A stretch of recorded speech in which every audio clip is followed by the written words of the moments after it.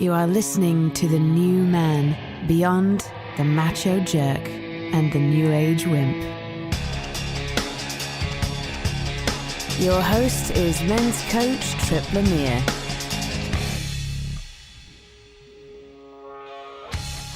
You think some folks are just magically able to bounce back from adversity? Or did they just practice something you could learn too? Do you think other people are successful because they figured out a way to avoid problems? And what can you do the next time life serves up an unexpected challenge? Ryan Holiday is here to discuss how you can turn adversity into advantage and why the obstacle is the way. Welcome to The New Man. Today we're talking with Ryan Holiday. He's the author of the bestseller, Trust Me, I'm Lying. And today we're going to discuss his latest, The Obstacle is the Way, the timeless art of turning adversity to advantage. Ryan, thanks for being here. Yeah, thanks for having me, Tripp. I think this book should be called How to Be a Badass. Well, yeah, I wanted it to be about some of the badasses of history and how they overcame their problems, because I think, we all have problems, we all have obstacles, and I wanted to show, that they can be overcome. Well, I think that's a good point, because a lot of guys that I talk to, they're chasing some kind of fantasy. They're living in this world that like, oh, well, if I was living my passion or if I was living my purpose, well, that would mean I would be on easy street, that things would be fun. And if I'm experiencing some kind of a challenge, then it means that I must be doing something wrong. I must not be doing the right thing with my life. And so a lot of these guys just disengage. They get into analysis paralysis. They're sitting on the sidelines, like waiting for the right thing to come along. And then another trap that I see is this belief of exoneration. Phil Stutz was on the show, and we talked about exoneration. Like there's this velvet rope or this finish line. Once Sure. I get there, I'm going to have enough money on the status, validation, security, whatever. But then I'll be fine. I'll be removed from this adversity that's happening here. And I've found that just creates a lot of suffering. This like, oh, I'm missing out on something. There's FOMO happening. And if I'm not there, then I must be doing something wrong. So how do the ideas in this book make a difference to the average guy who might be thinking that if there's some kind of adversity in his life, he's getting it wrong? Yeah, sure. Look, I think a big part of the problem is that people forget that obstacles are supposed to happen, right? That this is sort of part of how it's supposed to go. Uh-huh. The path is not easy, and in fact, because it's hard, is where the opportunities come from. That's why the title of the book is "The Obstacle is the Way." What I'm showing in the book is how sort of people who you thought were very successful, actually, if you sort of backtrack to where they were before they were successful, there was some sort of problem or impediment that happened to them, because bad things happen to everyone. And we don't choose that happens, but we choose how we respond.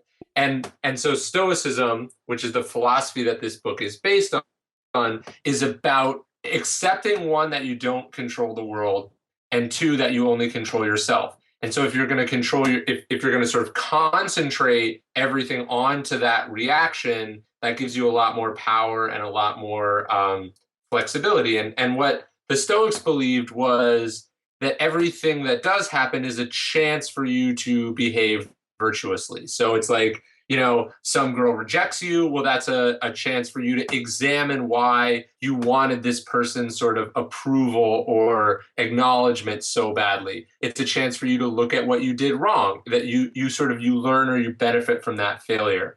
Or if you're successful, conversely, it's a chance for you to examine why that success was so important to you, and to poke holes in it and to look at why perhaps that wasn't a panacea either. So what I quote Marcus Aurelius at the opening of the book, and he says, like, look, our actions can be impeded, but our responses never can. And so this is a whole book about a set of responses to negative or seemingly unfortunate situations, if that makes sense. Yeah, so we can, shit happens basically, and then we can choose our response. We can collapse to it, or we can say, okay, what's the opportunity here? But before we get into that, what do you see happening from your perspective? How are most people trained or, Sure. kind of, in this mindset to respond to adversity? What's the status quo? Yeah, look, I think the status quo has a couple problems. One is which we assume things are supposed to be a certain way. Like our world is supposed to be exactly as our parents was. So like, getting a good degree should mean you get a good job. Or, you put your money in these investments that should guarantee you a retirement at this age. And then, a lot of things have happened, and now we're starting to realize like, hey, maybe one or two generations was not a long enough timeline to project an indefinite future of the same thing. And so we exist in a much more chaotic, um, unfortunate environment, and we're having to sort of make do with that. And I specifically see this with millennials. There's a sense of sort of entitlement that you made all these plans and now the world is not agreeing with those plans, and now you're justified in being upset or pissed off about that. That's that collapsed way of looking at the world. It's supposed to be a certain way. It's not boo-hoo me. Now I don't do anything, or I just kind of sit here and just bitch and moan. Right. You use the word paralyzed. I think we often get paralyzed in front of our obstacles because not only are they not how we expected, now we sort of wait for this perfect opportunity, or this perfect solution to the problem, rather than like getting started and understanding that it's going to be a long, hard slog to turn things around. But if we work at it, it will happen. So it's not only that something's not the way it's supposed to be. Now we're in pursuit of some perfect, even trade, when really, if we just accepted it for what it was and got to work, we'd already be much further along the path by now. So it's that belief that things are supposed to be perfect. It's the belief that things are supposed to be a different way that actually is really fueling the paralysis, instead of like, well, this is how things are. Now what am I going to do? Yeah, exactly. And look, we used to. I don't want to glamorize the past, because that's not accurate or true either. But I think we forget that people used to live in a world that was much less controllable, right? We couldn't predict the weather. There wasn't this social safety net. People could die at any moment from unknown diseases and ailments and accidents. And so I think people used to have a sense that like, look, the world is a capricious and random place. I've got to get my stuff together and prepare myself best I can, and do the most that I can in this little window. Now I think we tend to assume that we've got this unlimited runway, we've got unlimited resources, and that everyone is looking out for us. And then when that turns out not to be true, it's a very rude and unpleasant awakening. Yeah, I'm just wondering, like, where did this shit take hold? Because I'm just thinking, like, yeah, what's your guess on that? How did this come about? Because my grandparents didn't live in that world, and neither did my parents. So where did this idea take such a damned hold on things? I think it's a gradual. It's a gradual process that happened in parallel to technological and economic and cultural advancements. Things have gotten fairer. They've gotten safer. They've gotten easier. And we forget though that like just because we can predict the weather doesn't mean we control it. Just because we have insurance doesn't mean that bad things won't ever happen to us. Like I'll give you an example. So recently my house got broken into, and like everything I owned was stolen, and I had insurance, right? So it was good. But like I remember thinking it was like I was like mad at the insurance company about it, like that they weren't like acting fast enough and they weren't doing everything that I wanted. And then it just hit me. It's like, my stuff got stolen. This is a crappy situation. I can't, like, there's no one who's just going to make this right for me. I have to accept that unfortunate things happen in the world. And I should focus instead, the obstacle is the way. I should focus instead on why did I have my house set up in a way that this could happen? And two, why have I created these attachments to these material items that I'm apparently so sensitive and emotional about that if anything happens to them, I freak out. That's a huge shift there. We've gone from a victim mentality where, everything is out there. The reason why my world sucks is because of those things, those people, this breakdown in the system, and you completely flipped it. All right, I'm completely responsible here. So what can I learn from that? I've set my house up a certain way. I've set my beliefs up a certain way. That's why I feel like shit right now. Yeah, and I think people are actually pretty good at doing that in certain parts of their life. Like for instance, like if you knew someone in your life that got really angry at like traffic lights and construction and everything else, you would judge them insane, right? Because you're like, look, the traffic light tells you you can't go, you gotta wait, you're gonna be late, deal with it. But then in the rest of our lives, like, you're working on your business and something happens, or, you have an employee and they turn out not to be capable of what you hired them to do. We take it all personally and we get so upset instead of looking at the parts of that we do control and that we can influence. And we end up wasting immense amounts of energy and willpower and goodwill getting upset and getting emotional and getting frustrated, when really, if we could be more fluid and accommodating, we would not only be happier, but we'd be much more effective. Yeah. Well, I think we can come back to this point of like, as long as we're complaining, we're bitching, we're looking where we can point fingers, we're not actually looking at a solution, or we're not taking responsibility. But there's something in there, because Sure. is there a shadow to this? Is there a shadow to stoicism? That, because I work with a lot of guys that have been stuffing their emotions for Sure. years. These guys are shells of a man, I and know so exactly what you're saying. and I've lived that way, and it's miserable. So how do we transcend and include? How do we integrate this approach so he's not Sure. collapsed and paralyzed, but he's also not some robotic shell of a man? Well, I think it's two things. So one, what the Stoics are saying is understand the difference between an emotional reaction and a rational reaction. So if something like my stuff got broken into, I got in a car accident, it's okay to get upset. It's okay to be hurt. It's okay maybe to cry if that's how you feel. Just don't confuse those reactions with doing anything about the problem, right? Like, as long as you can understand, it's like, look, this is my moment. I'm going to freak out and then I'm going to deal with it. That's fine. I'm going to choose but my action from a place of rational mindset instead of this kind of ungrounded emotional place. Right. It's like I deal with so many people who it's like they come to me with a problem. They tell me how upset about it they are and all this stuff. And they've been thinking about it and whatever. And then I talk to them like 2 months later and it's still in the same place because they haven't done anything about it. They just thought more about it. Or They've probably been they've processing. emoted more about it. They've been processing it emotionally, Yeah, but they exactly. haven't been getting into the trenches and doing anything different.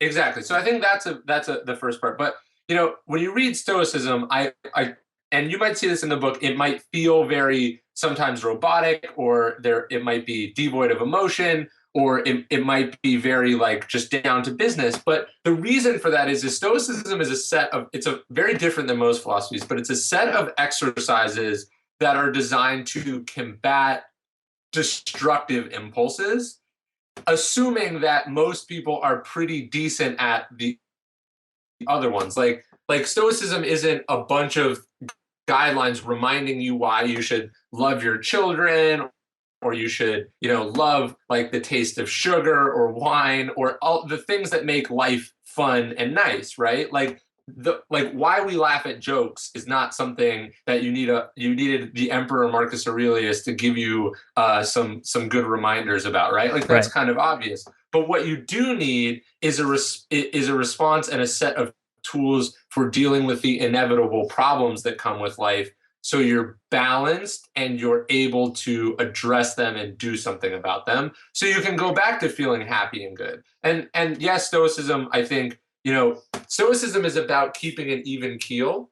And so that means balance on both sides. But I think as a rule, and some of the things we were talking about earlier show, like people tend to be really good at the fun stuff, and then the bad stuff they stick their head in the sand about, or pretend is never going to happen to them, or that they're the exception to. And then when it does happen, as it always does, they are utterly unequipped to deal with it. Got it. So what's the 30,000-foot view of the process to turn adversity to advantage? Because all of this is between the ears, right? So this is a Sure. mindset. So kind of give us the high level view of how to step in that direction. I opened the book with Marcus Aurelius, who I think is one of the most interesting historical figures of all time. He was the most powerful man in the world, literally a god on earth. And yet this concept of stoicism was what made him effective and peaceful and a surprisingly good person. And then the book is split in three parts from there, which I think are the three critical variables. You have perception, and then I have stories that illustrate perception. And I talk about everyone from Thomas Edison to Ulysses S. Grant, to John D. Rockefeller, to Steve Jobs. And it's about how controlling our emotions, controlling our perspectives, living in the present moment, make it much easier to tackle obstacles. And then the second part is about our actions. How do we act creatively and effectively to address our problems? And there I have, some of my favorite stories. Remember one from, Amelia Earhart to President Andrew Garfield, to Erwin Rommel, Thomas Edison again. And then lastly, there's Barack Obama is actually in there, which is a story I'm really happy with. Gandhi. And then the last part is our sort of will, this strength and power we bring to stuff. And I've got, Odysseus is one of my favorite examples. We've got, I'm pulling these up here. We've got Thomas Jefferson, stories about people who overcame President Lincoln. We've got stories of people who faced sort of insurmountable problems and they had to adapt to them and endure them. And it was that strong inner strength that made it possible. So it's really a three-step process. And that process begins with how you look at the problem. Then it moves on to how you act on that problem. And then it ends with the amount of fortitude and will that you bring to bear on that problem. And I think just about any obstacle or just about any issue is made better by these three things working in concert with each other. Can this stuff be learned, or is this just something that people are born with? It seems like we look at some of these figures that you're talking about, and it's like, well, of course they're extraordinary. They were born with something. They were born different. But is there, in your research, did you find that they were finding these ideas, or did they just kind of absorb them from somewhere magically? How did they become resilient, or how did they learn how to turn adversity into advantage? Sure. Look, I think the reason I wrote this book is that I noticed the same pattern that you noticed, that these great men and women of history who had something in common, and they had a specific kind of approach to problems that we all face. And I found explicitly a lot of times that thread was Stoicism. They literally studied Roman Stoicism. But even when they didn't, I think what they did was they did a quick ROI calculation, and they noticed that when they tried to spend their time and energy on things they don't control or change, whether that's other people's approval or external events or the world around them, they didn't get very far. But when they focused on themselves and on their reactions and what they did control, that's where they got, that's where they had real breakthroughs and where they really made a difference. And, I think independently, lots of groups have studied this, everything from, 12-step groups where they've got the serenity prayer, grant me the serenity to accept the things I cannot change, the courage to change the things I can, and the wisdom to know the difference. And I think these people discovered that wisdom, but I think the good news is they didn't come out of the womb discovering it. Like I say at the end of the book, Margaret Thatcher wasn't known as the Iron Lady until well late in her life. Ulysses S. Grant was basically a total loser until the Civil War and kind of became one again after, right? Like it's really about what you do at this moment right now. You have a choice. The world is testing you, and how are you going to respond? And I think, I tried to provide some framework. This isn't my thinking. I was trying to communicate this sort of timeless framework that I've observed and that I try to follow myself. And I'm not perfect at it by any means, and I would never say otherwise. But we all have a choice when something happens to us. We have the choice to control our perceptions. We have the choice to direct our actions properly. And then we have we control our own willpower that we bring to something. And that's what I think all these people did. Sometimes, I'm using their stories about what they did at a particular moment. Some of the people in the book were really bad people if you look at it at the aggregate, but there was specific moments or glimpses of greatness that we can learn from and benefit from and try to apply in our own lives. I know. I just, as you said that, I was thinking of, I've gotten hooked on that show House of Cards, and that lead character, Frank Underwood. he's totally, this is his thing. Like any kind of the shit that hits the fan, he uses it. Like he embraces it. Yep. And I mean, he's an asshole. You know, he's a bad dude, but he knows how to. Okay, I never see him kind of moping around. He's just like, okay, this event's happened. Now, what am I going to do? How am I going to use this to create a better scenario for myself and what I want? Yeah, and yeah, again, you don't want to say like you should be like Frank Underwood, but at the same time, you notice there's only one moment in the second season where you ever actually see him like get rattled, right? I think what a lot of these people have in common is they never get rattled, even when the shit like really hits the fan. Like they don't get rattled. They look at it rationally. They apply their energy and effort, usually in some sort of counterintuitive or unexpected way. And that's where they separate themselves from everyone else. Everyone else is running around, they're losing their heads or their shirts or whatever. But they're able to see through all that or past it and look at the the ignored opportunity. And I think, you know, this goes to all the things that you talk about is like, don't do what everyone else is doing, whether it's, you know, how you're dealing with self-improvement, how you're trying to meet, you know, men or women, or how you're trying to manage your business or your lifestyle, is like, look at what everyone else is doing, look at the problems that it causes them, and then why don't we try some different path? Got it. Well, I can imagine if I'm listening to this, we've been talking about some fictional characters, we've been talking about historical characters.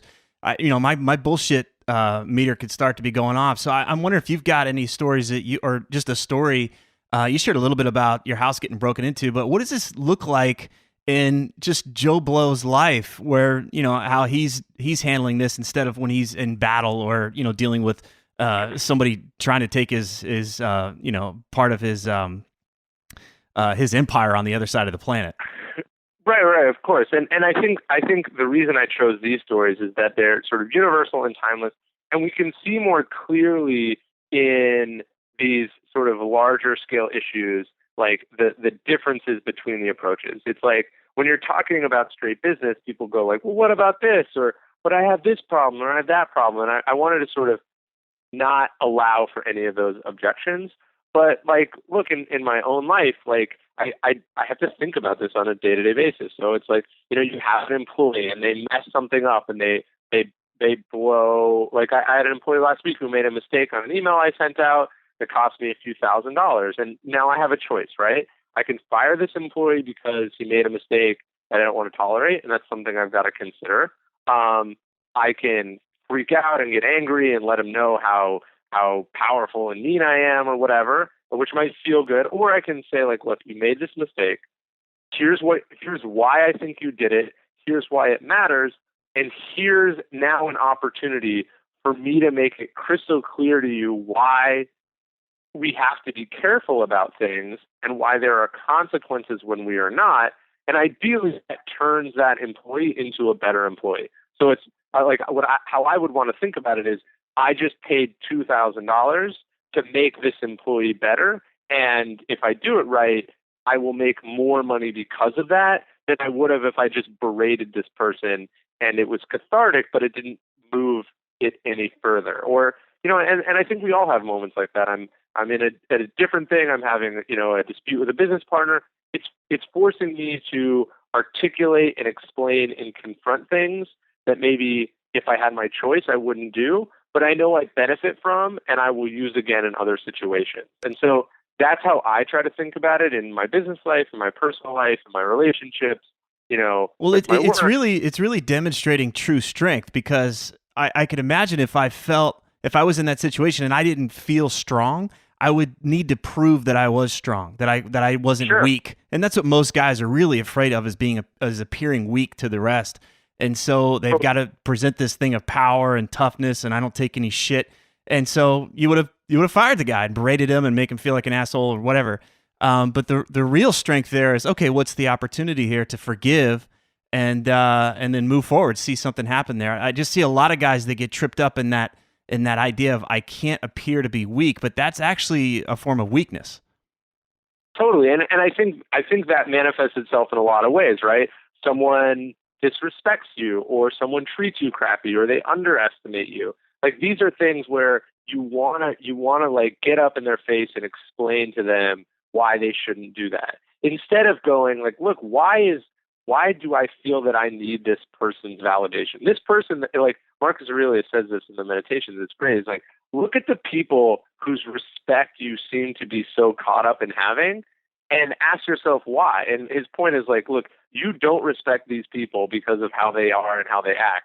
And yet, if they don't give you their approval, you suddenly feel like you've been denied something. And so that's something I think a lot about too, is like the things that I want to get mad about or I want to react emotionally about, so often they're actually an opportunity for me to re-examine why I'm feeling those emotions and how I can address them in a more positive way instead of like a knee-jerk reaction that ultimately makes things harder for me. Like I had a meeting last night and someone was late, and I wanted to storm off. And you know, if it had been egregiously late, I might have done that. But I had to sit there and ask myself, what would I be doing at home? I'd just be sitting around. Like, give this person, you don't know what's happening to them. Give them a little time.